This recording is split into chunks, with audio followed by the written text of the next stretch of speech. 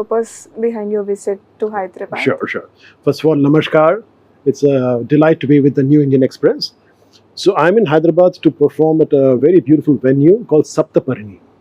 Saptaparni I performed last year, and I really enjoyed my performance because of the ambience of the place.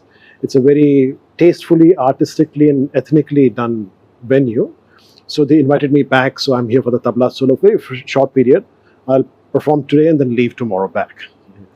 Can you briefly share with us what can audience expect from the concert? So today's concert is a typical tabla solo, a traditional tabla solo, where I'll be sharing with the audience all the different compositions of tabla. Because see, as you know, tabla has two prominent roles. One is its accompanying instrument. You can accompany music, instruments, dance. But the other facet is it's a solo instrument.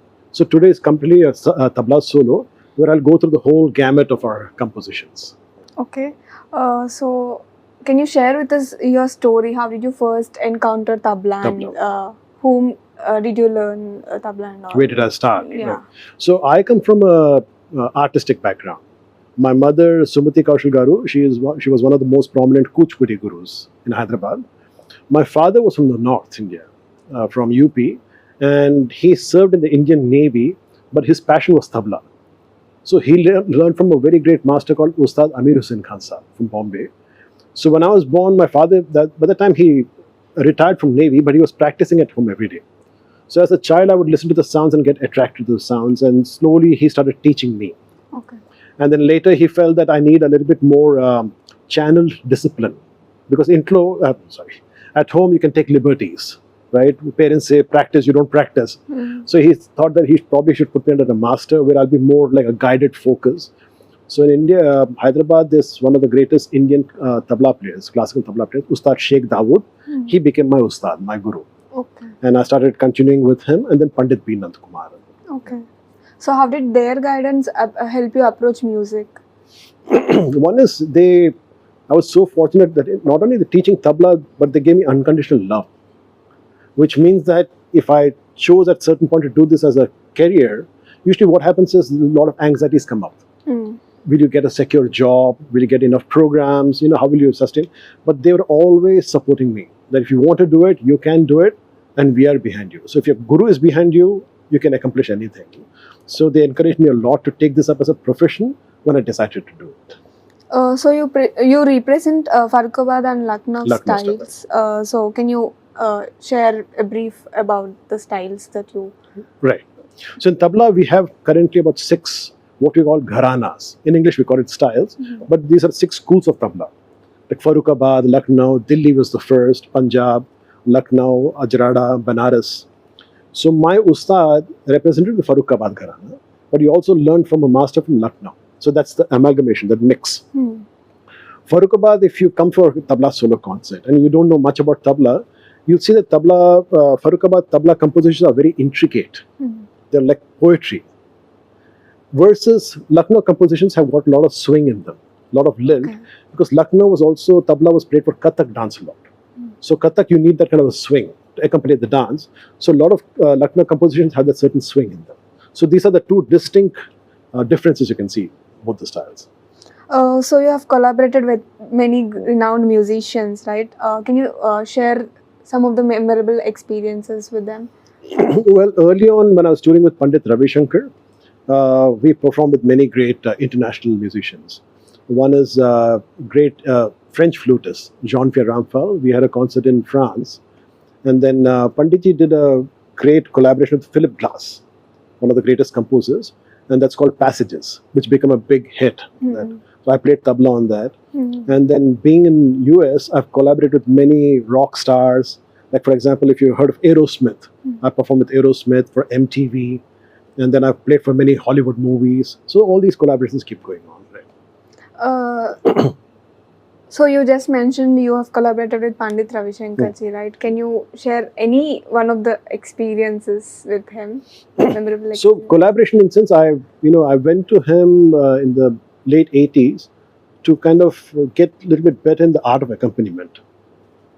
Then soon after, I started touring with him internationally for his concerts. Okay. So that was a great because I was hardly 21 years old, 22 years old then, and I was touring with a legend. So every concert was a learning experience because you soak in so much. And you see the grandiose of his presence in the Indian classical music, where you're going internationally. There's no audience which is less than 5,000 people. So you see all that, and at the same time, you see how beautifully he transports the music to international audience.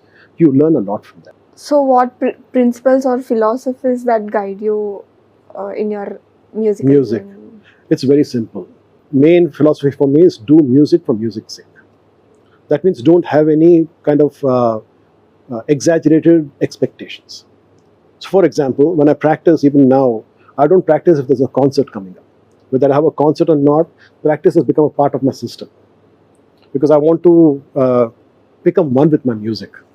So how you do that is you don't have any kind of conditions with your music. You go to it purely, you do your sadhana and see how it responds to you. So music for music's sake. So when you have performances at special venues, for example, like today, Saptaparni, so how do you do your practice, or how do you, what's the creative How do you process? prepare for it? Yeah. So prepare like, as a professional musician, you have to have your skills. Because people are coming to hear, listen to you, so you need to have the presentation. But like I said earlier, I practice because I love to practice, concert or not.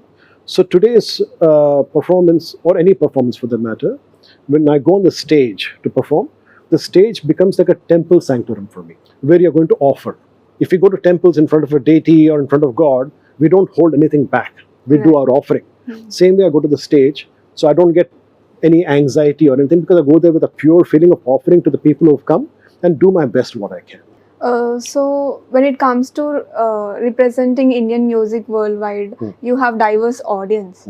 So how do you approach them? How do you manage the diversity among your audience? Right. You come, like, it's a very good question, where audience comes for the first time to listen to your music. And usually before the concert, sometimes I'm asked this question of, how do we understand your music?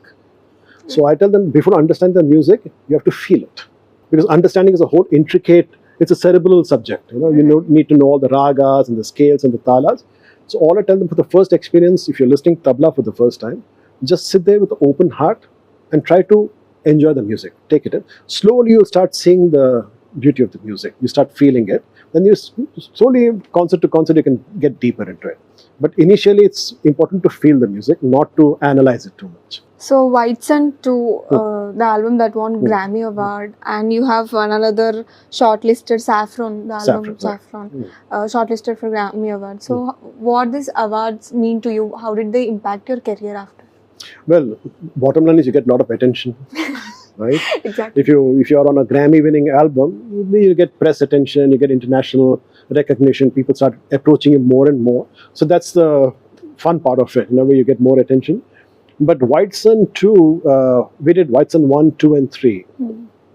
The beauty of that collaboration was, when you go for recordings, sometimes you have retakes. You're not satisfied with this part of the music, let's do the recording. White Sun 2, we never had a retake. They would sing all the songs with the music set it, I would go and play tabla on it. Not one song did we retake. Which means it's nothing great with me, it's just that I went so naturally into the music. So that's the beauty of that music. And I'm so honored that I was part of that Grammy-winning album. So can you mention any of your favorite music albums? Music albums? Yeah. There's so many. If I take one name, I should justify by taking all the other names.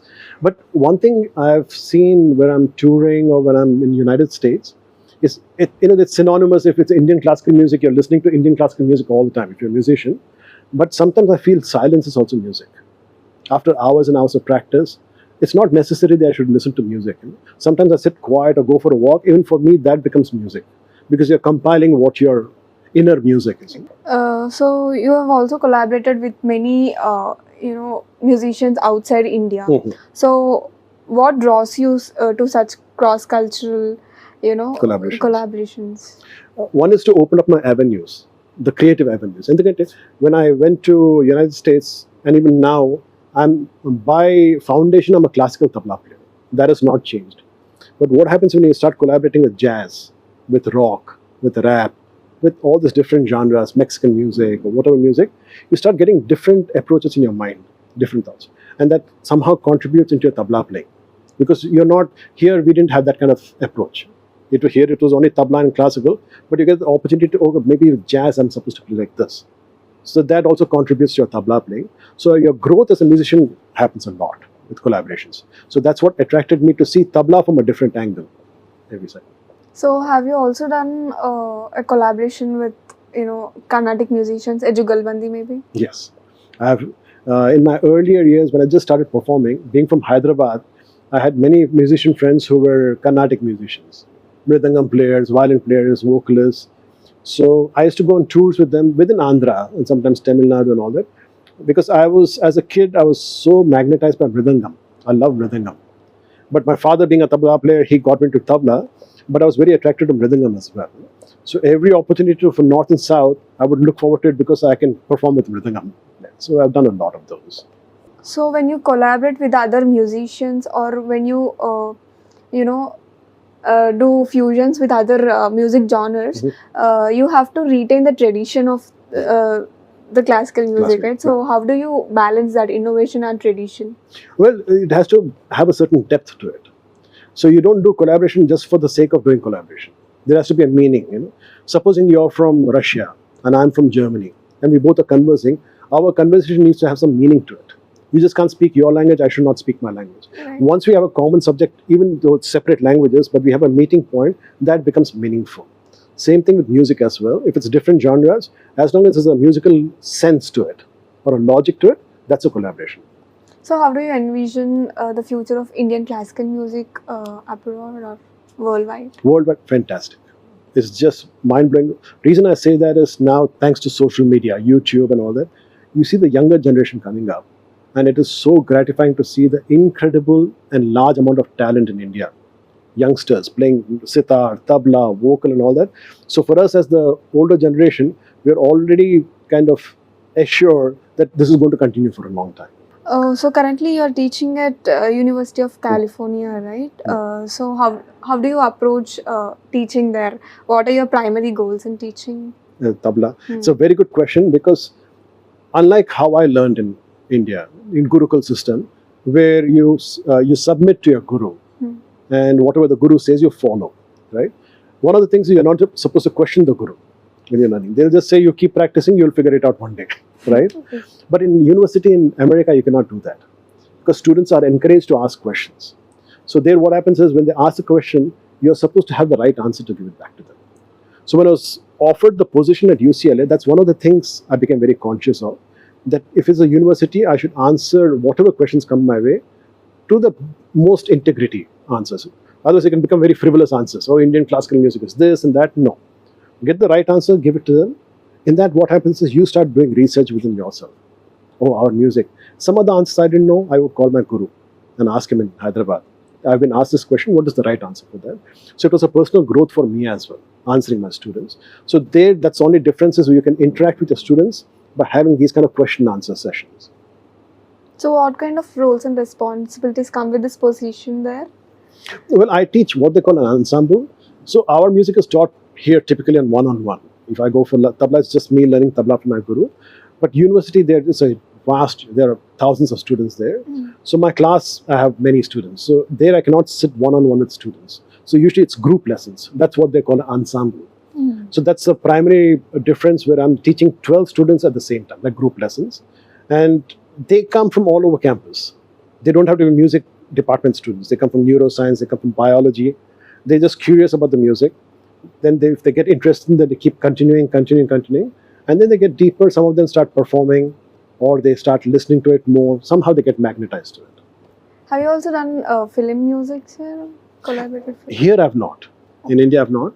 Because here in the industry, if you do recording, for example, it's very lucrative, especially as an upcoming musician, because every day you're doing recording takes, it's good income, it's good experience and all that. But that's a whole different world where if you get sucked into it, to come back to classical music is difficult. So from the onset, I was very particular that this is what I want to do, classical music. There in the United States, for a couple of Hollywood movies I played on the sound, like Zoolander, which is a very famous movie. I played on that for a long soundtrack. Those kind of things I've done. So what are your aspirations for the future of your music at the, United States? That's a difficult question to answer, because I don't know where it's going to take me. For me, it's very simple that when I play, tabla is in front of me, I'm behind tabla. Even in life, it's the same thing. Tabla is leading me, I'm following it. So wherever it takes me, I'm going to go. But the journey is ultimately I want to become one with the music, what I play. So, any advice that you would like to give to the younger generation? Well, it's nowadays there's so much, I wouldn't say distractions, but so many avenues for your mind, on social media and all that. So there are a lot of, where your attention goes in different directions. All that is great, and we cannot fight that. That's the current situation. But at the same time, our music has got a certain depth which cannot be matched. And if you can keep being in touch with this, at the same time be exposed to all that, you're on the right path. Because, that way you can enjoy that world on the social media, music, whatever is there. At the same time, not forget our roots. If your foundation is strong, you won't shake. That's nothing. Can you also share any upcoming projects of yours? Well, from here I go back to Taiwan because I'm going to teach there in university. My family lives in Taiwan, by the way. So I'll go there for a few months and teach. And then they have some tabla solo concerts there. And then I go to Shanghai, China for some concerts. Then eventually, January, I go back to United States. From January to June, I teach at UCLA.